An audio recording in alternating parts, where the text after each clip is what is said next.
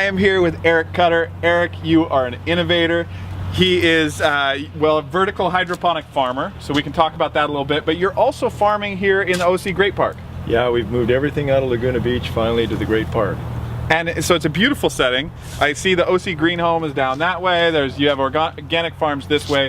How does the vertical hydroponic work? If I'm not familiar with it, can you walk me through a little bit? It's a real simple system. It's a hydroponic drip system. The water is pumped out of a barrel on the other end of that row over there, and it comes out through a 1/2-inch pipe into a little micro emitter, and it drips down through a series of stacked pots. You can see these pots are actually stacked on top of each other, and they all drip through each other.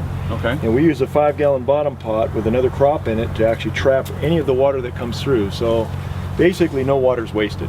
And you were telling me that you plant these actually in coconut fiber, yeah? Absolutely, yeah. This is one that I really like because it's made from coir, which is ground up coconut husks. And coconut husks, when you look at them microscopically, they're like little straws. So they hold a lot of oxygen and they hold a lot of moisture, which is the two things that the roots need.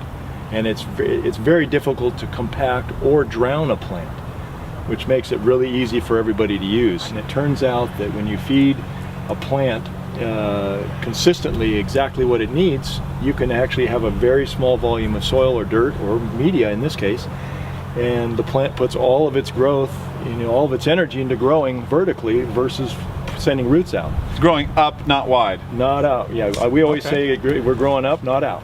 There you go. In addition to feeding these plants really good, their root systems really well, we're now starting to experiment with carbonated water on the leaves, which increases the CO2, which cools the leaves, and which keeps pests out. So we might have found a way to use carbonated water as a natural pesticide and a growth enhancer. I'm going to pull a bottom leaf off of here and watch what happens. See that white, that milkiness? That white milk there? Yeah. Taste that with your tongue. What does that taste like? Kind of bitter? Yeah, the bitterness. Okay. Have you ever tasted that before? No. Okay, that's because after about a day it's gone. It oxidizes. Now taste the bottom of that lettuce and taste the flavor that milk, which all these high power romaines have in them. Okay, that's the big antioxidant bomb that you get out of lettuce, and those nutrients translate to those flavors. Okay. So that's if you're in the supermarket and you wanted to know, especially as a chef, you want to get this food that's got all this great taste and is super pungent, taste it. And if it doesn't taste powerful, it's dead. I mean, it's been oxidizing. People are very interested. That we do tours once a week on Saturdays, usually at 3 o'clock, and it's about an hour and a half. They get to hear my blah blah for a good hour and a half. Then we have a question and answer, and then we have a raw salad that's prepared by Jessica, and she's got this great. She's my partner in PR and crime here. And she does this incredible strawberry vinaigrette dressing that is it's made from the strawberries we grow here, all certified organic and all raw.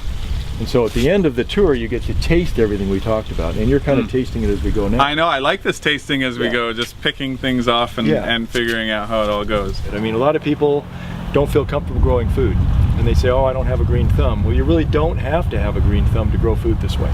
And that's the point. And it's also a very simple medium to teach to kids. I really feel that once kids learn how to grow food, they'll stop thinking that food came from the supermarket and start realizing it comes from the farm. Yeah. And if we can reconnect kids to food, that's the beginning stages of kind of getting them off their iPod or their texting mission for a few minutes and showing them how important food is throughout their entire life.